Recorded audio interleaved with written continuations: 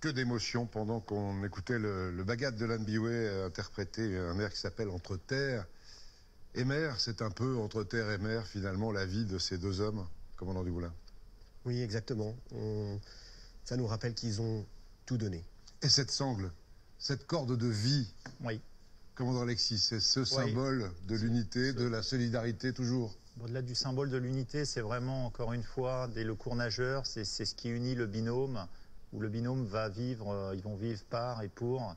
Voilà, ça me rappelle le cours nageur, quand vous êtes sous l'eau, dans le noir, et que vous ne voyez même pas votre monte, vous avez par cette sangle la présence rassurante de votre équipier qui est là, et c'est, voilà, ça ne les quitte pas.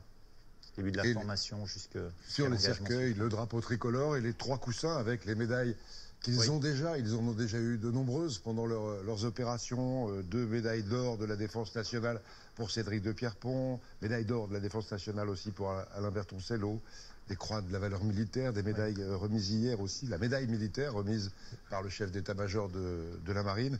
Et puis tout à l'heure, juste après l'hommage funèbre que va rendre le président de la République, ils seront élevés au grade de chevalier de la Légion d'honneur. Oui, effectivement, de nombreuses médailles.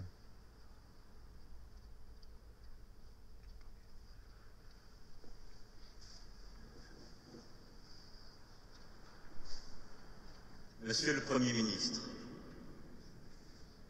Monsieur le Président du Sénat, Monsieur le Président de l'Assemblée nationale, Messieurs les Présidents, Mesdames et Messieurs les ministres, Mesdames et Messieurs les parlementaires, Monsieur le chef d'état-major des armées, Monsieur le chef d'état-major de la marine, Mesdames et Messieurs les officiers généraux, officiers mariniers, sous-officiers, quartiers-maîtres et matelots, soldats, aviateurs, gendarmes, Mesdames et Messieurs, chères familles.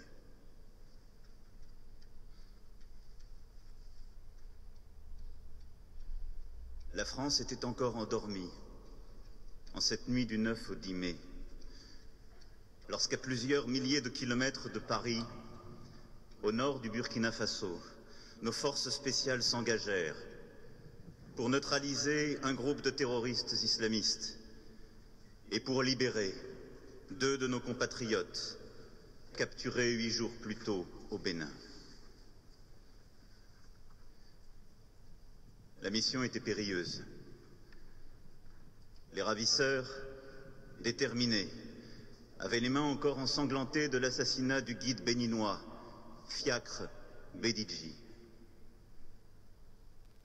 La mission était difficile.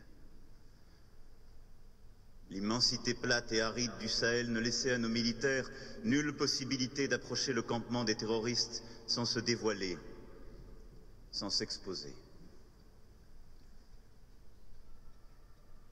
Et la mission était nécessaire. Encore quelques heures, et les otages seraient aux mains des terroristes maliens avec le risque de perdre complètement leurs traces. Et je pense en cet instant à Sophie Pétronin, toujours aux mains de ses ravisseurs. Nous ne l'oublions pas. La France ne l'oublie pas.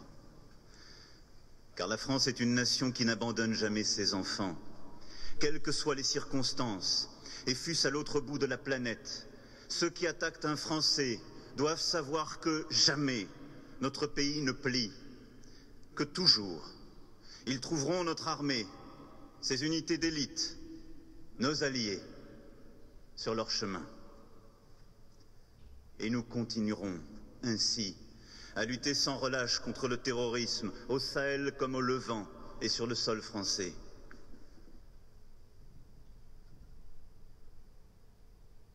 L'opération fut donc décidée.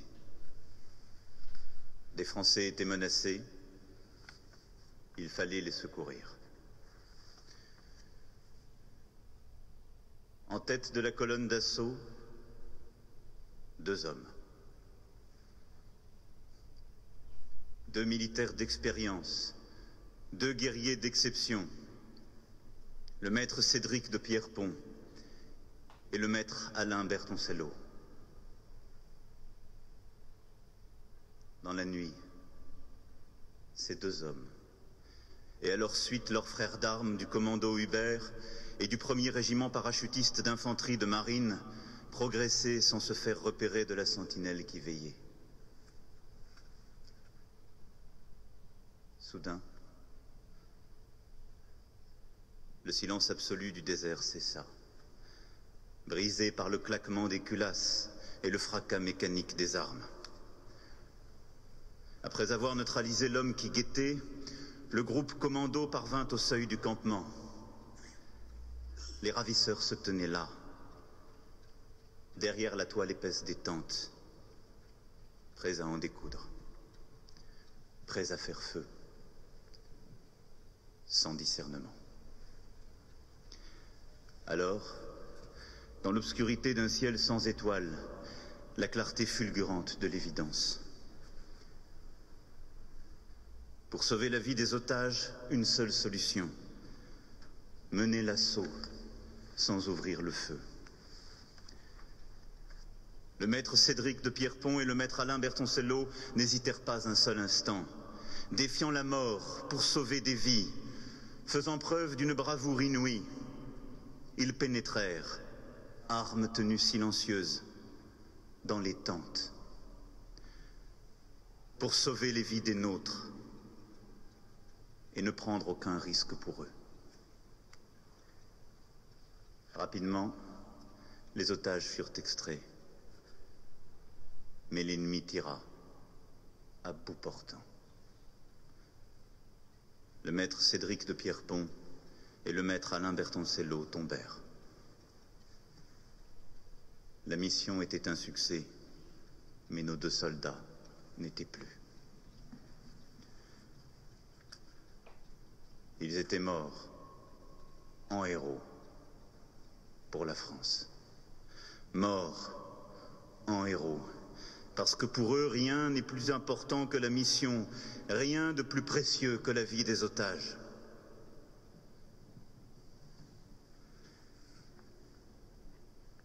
Le maître Cédric de Pierrepont s'était engagé dans la marine nationale dès l'âge de 18 ans.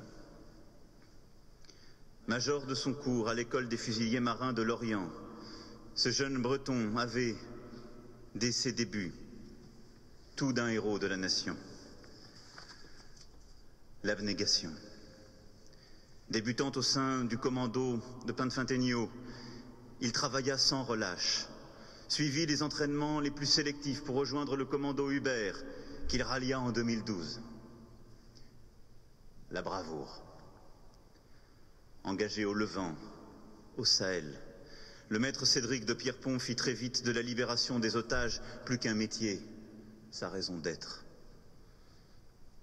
Prendre tous les risques pour que ses compatriotes vivent, c'était son serment.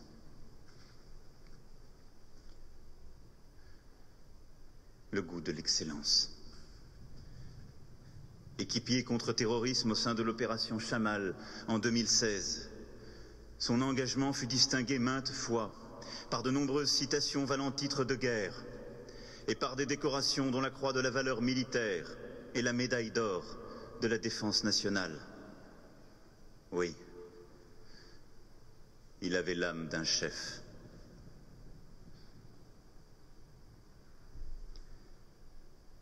Cette nuit de mai, dans l'obscurité du désert donc,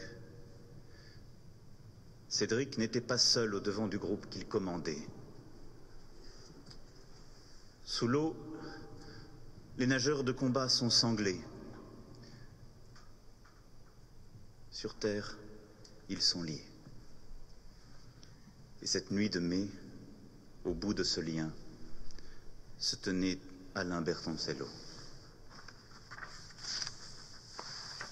Le maître Alain Bertoncello rejoignit les rangs de la Marine nationale à 20 ans. Alain Bertoncello avait la rigueur, celle acquise au contact de sa montagne natale. Seulement 5 années après avoir intégré le commando d'assaut Jobert, il fut projeté au Levant comme chef d'équipe commando. Membre du commando Hubert depuis 2 ans, sa technique et son niveau opérationnel étaient, au dire de tous, remarquables. Il avait la bravoure aussi. Également appelé au sein de l'opération Chamal, il se distingua par son engagement dans le combat contre Daesh, lequel lui valut une citation avec attribution de la médaille d'or de la défense nationale. Enfin, la générosité. L'homme toujours disponible, le sourire toujours là, qui rendait service aux autres sans bien souvent que cela ne se sache. De ces soldats qui façonnent la cohésion d'un groupe. Alain Bertoncello incarnait l'avenir du commando Hubert. Fauché en pleine jeunesse, il en sera, lui aussi, pour toujours, un des symboles. Oui, ces officiers mariniers étaient des soldats hors normes, comme peu d'armées dans le monde ont la chance d'en compter.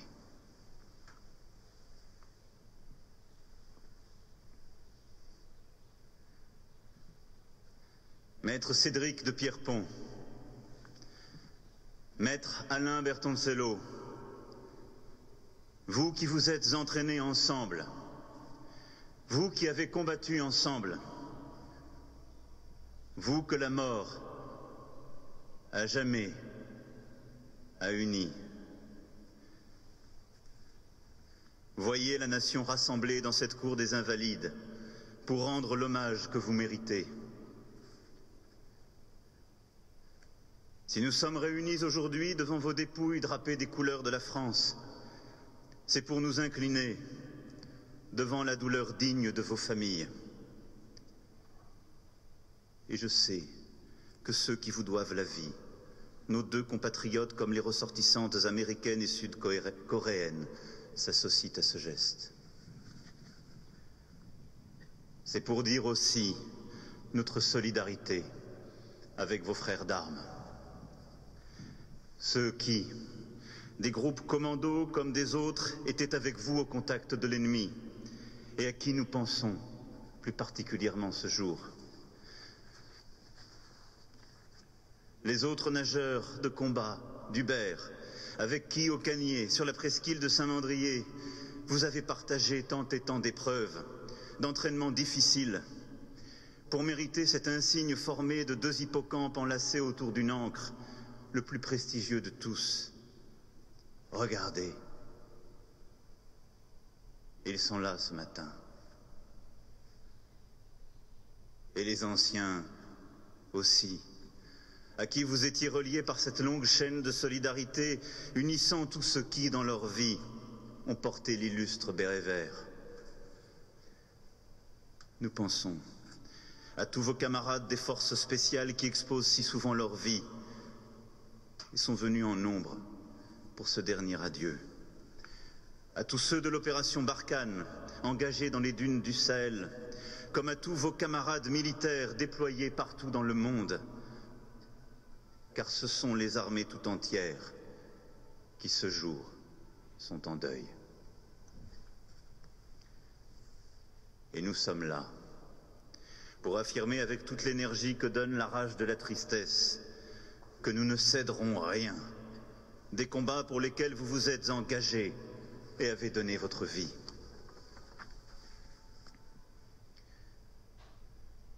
Maître Cédric de Pierrepont, Maître Alain Bertoncello, la mort ne vous faisait pas peur, parce que vous aviez, ancré en vous, dans le mystère insondable de vos âmes, la volonté de servir les autres, y compris au prix de votre propre vie, parce que vous aviez fait le choix intime de consacrer cette existence à une cause plus grande que vous, celle de la France, celle de la liberté.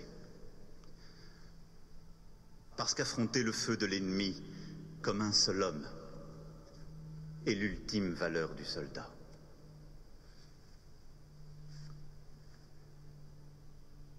Surgis du ventre de la nuit, ils sont porteurs des foudres de Neptune. Ce sont les mots que de génération en génération, les membres de votre unité se transmettent avant d'engager le combat. Les mots du mystère, les mots du secret.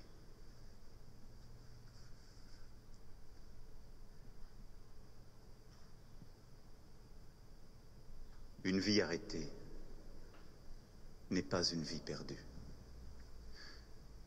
Une vie arrêtée, en pleine jeunesse, en pleine conscience aussi, n'est pas une vie perdue. Une vie donnée n'est pas une vie perdue. Celui qui meurt au combat, dans l'accomplissement de son devoir, n'a pas seulement accompli son devoir, il a rempli sa destinée. Ce n'est pas un sacrifice, non. C'est le sens même de l'engagement. La part tragique de la mission. Et vous le saviez. Et avec vous, je le savais. Cette indicible part obscure de l'engagement, celle qui fait sa force et sa clarté, celle du don que chaque soldat, à chaque mission, consente à la nation. Et notre pays sent bien, notre pays sait bien, dans ses profondeurs, que votre exemple nous sauve tous, car il nous maintient à la hauteur de nous-mêmes, de ce que nous avons à être.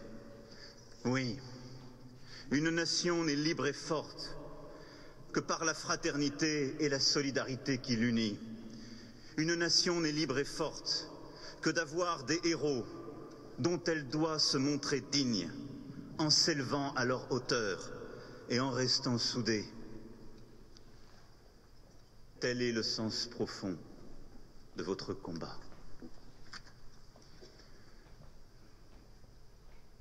Aujourd'hui, par votre mort, vous entrez dans la lumière éclatante de l'histoire de notre pays. Et voilà qu'en écho jaillit une succession de figures qui ont donné leur vie pour notre nation. Voilà, surgissant de l'eau salée de la Manche, les soldats du commandant Kiefer et parmi ces hommes qui débarquèrent à Ouistreham le 6 juin 1944, la silhouette du lieutenant de vaisseau Augustin Hubert, celui-là même qui donna son nom à votre commando.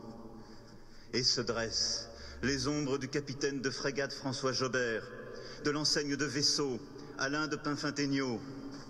Voilà encore le capitaine de corvette Charles Trépel, l'enseigne de vaisseau Louis de Montfort et l'amiral Pierre Ponchardier.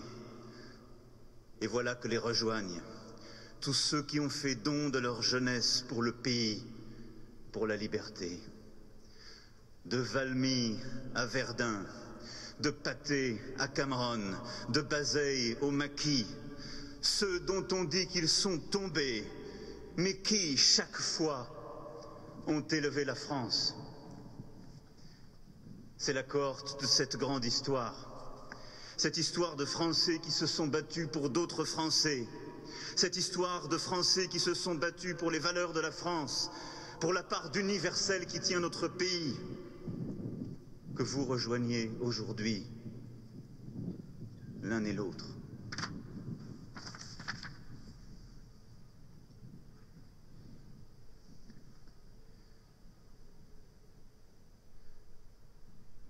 Vos familles vous pleureront toujours, avec la fierté triste qui accompagne le souvenir de celui dont l'horizon fut le sacrifice suprême.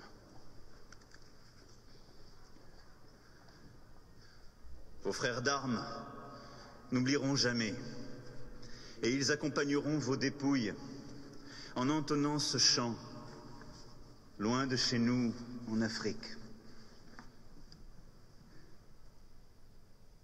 Ils pleureront aussi, en regardant droit devant, pour vous rendre l'honneur qui vous est dû. Et la nation tout entière, qui en ce jour vous rend hommage, se souviendra. Vos deux noms seront gravés au monument aux morts de vos communes, et la nation saura que vous avez fait votre devoir. Car pour les peuples libres, pour les grandes nations, les noms des héros ne s'effacent jamais. Maître Cédric de Pierrepont, Maître Alain Bertoncello, au nom de la République française, je vous fais chevalier de la Légion d'honneur. Maître Cédric de Pierrepont, Maître Alain Bertoncello, je vous fais premier maître dans le corps des officiers mariniers de Mestrance.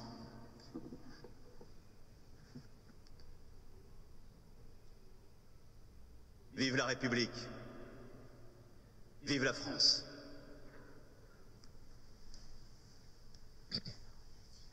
Christophe Jacubizine, un discours, un hommage funèbre poignant, qui donnait des frissons par moments, je sais pas si vous l'avez ressenti comme moi, avec des mots très forts du chef de l'État, l'hommage de l'État l'hommage de la nation à des hommes d'exception, morts en héros, et il a rappelé les valeurs du soldat, du combat pour défendre sans relâche les libertés de la France en ce moment contre le terrorisme. Des mots très forts du chef de l'État qui va faire chevalier de la Légion d'honneur Cédric de Pierrepont et Alain Bertoncello.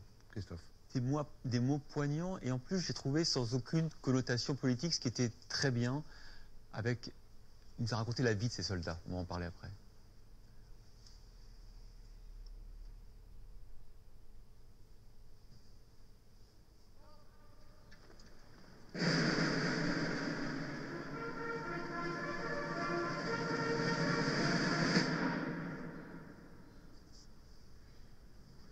Présentez, armes.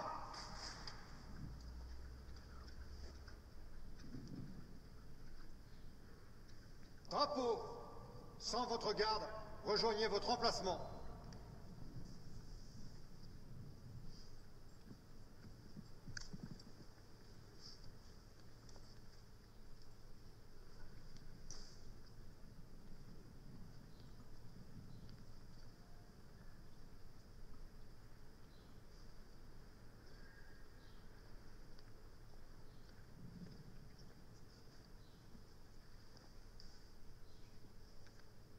Ouvrez le vent.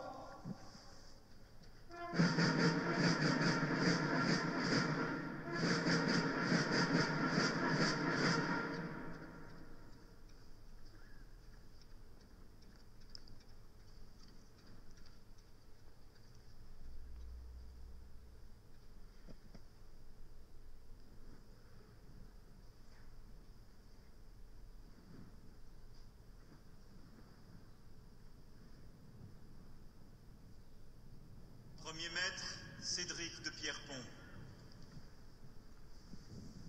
au nom de la République française, nous vous faisons chevalier de la Légion d'honneur.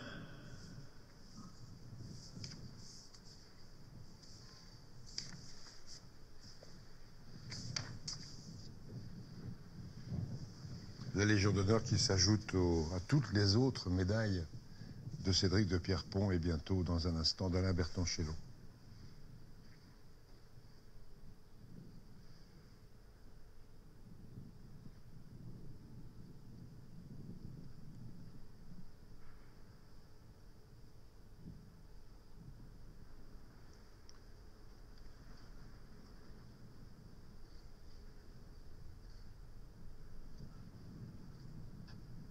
Premier maître Alain Bertoncello, Au nom de la République française, nous vous faisons chevalier de la Légion d'honneur.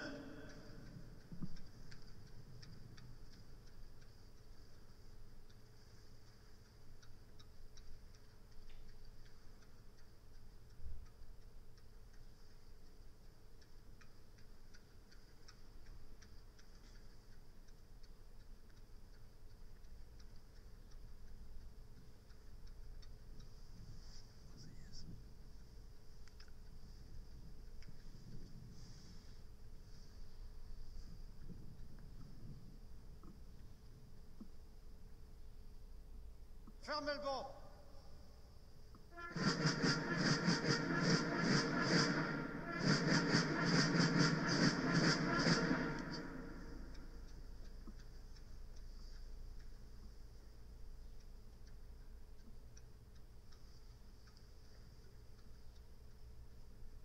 Comment?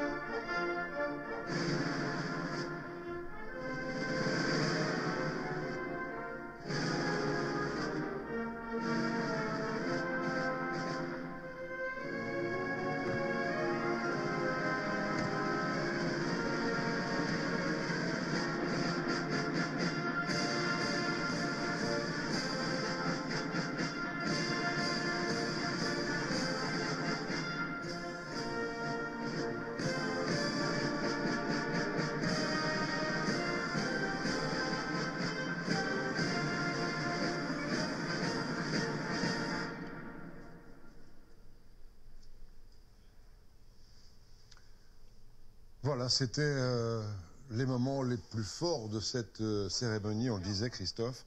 Un chef de l'État qui a rappelé les valeurs que défendaient ses soldats et la volonté de la France de continuer à défendre ces valeurs, notamment contre les groupes terroristes, sans relâche. Une vie arrêtée n'est pas une vie perdue. Ce n'est pas un sacrifice, mais le sens même de l'engagement de nos soldats. Emmanuel Macron, effectivement, a rappelé le sens d'un combat pour la République quand on est soldat qui peut aller jusqu'à le sacrifice de sa propre vie. Commandant Alexis, vous qui avez dirigé le commando Hubert pendant 2 ans, vous y avez été commando pendant 8 ans. Votre sentiment après avoir entendu ces paroles fortes du chef de l'État? Oui, c'est un discours fort, ce sont des mots forts, mais ça résume tout ce qu'on a dû jusque-là, c'est-à-dire voilà, c'est notre métier, c'est notre job, c'est notre sens de l'engagement pour la nation que de porter secours aux ressortissants français, de les protéger. Voilà. La France n'abandonnera jamais ses enfants, quelles que soient les circonstances, a rappelé aussi le chef de l'État. Oui, donc quels que soient les risques, quand il y a des otages, et c'est pour ça que les commandos sont formés, et c'est la mission des commandos qui ont ça dans les tripes, vous nous l'expliquiez tout à l'heure. Des otages, il faut les libérer, on les libère quels que soient les risques. Oui. En les calculant quand même. Les risques, on les calcule, on les planifie, comme ça a été rappelé par la ministre des Armées et le chef d'état-major des Armées. C'était une opération complexe qui est montée avec minutie, avec une grande coordination, et c'est ce à quoi on s'entraîne au quotidien. Dans un instant, les commandos qui portent les cercueils vont les rejoindre. On va d'abord retirer les coussins sur lesquels ont été posées toutes leurs médailles, y compris la Légion d'honneur qu'ils viennent d'obtenir, puis la médaille de la valeur militaire que leur a remis hier le chef d'état-major de la Marine. Et puis on va entendre dans un instant le Bagad interpréter une musique vieille de plus de 900 ans, la marche des soldats de Robert Bruce, et puis surtout ce chant qu'évoquait d'ailleurs le chef de l'État tout à l'heure, cette chanson, Loin de chez vous, l'histoire d'un militaire gravement blessé en Afrique et qui adresse un dernier message à sa mère. Et vous allez entendre, ces paroles sont très très lourdes de sens aujourd'hui quand on les écoute. Ben là aussi, on a des frissons, on est submergé par l'émotion. Ce sont les Paras, je crois, qui vont chanter Loin de chez nous tout à l'heure. Les derniers mots d'un mourant à sa maman.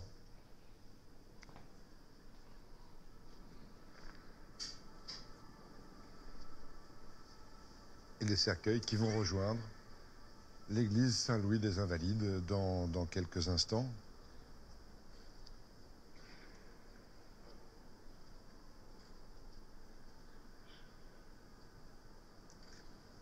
Avec une pensée pour eux, bien évidemment, pour leur famille, mais aux 12 000 soldats français qui sont actuellement à l'étranger. 5 600 dans des opérations, on l'a dit, à Barkhane ou... Écoutez, loin de chez nous.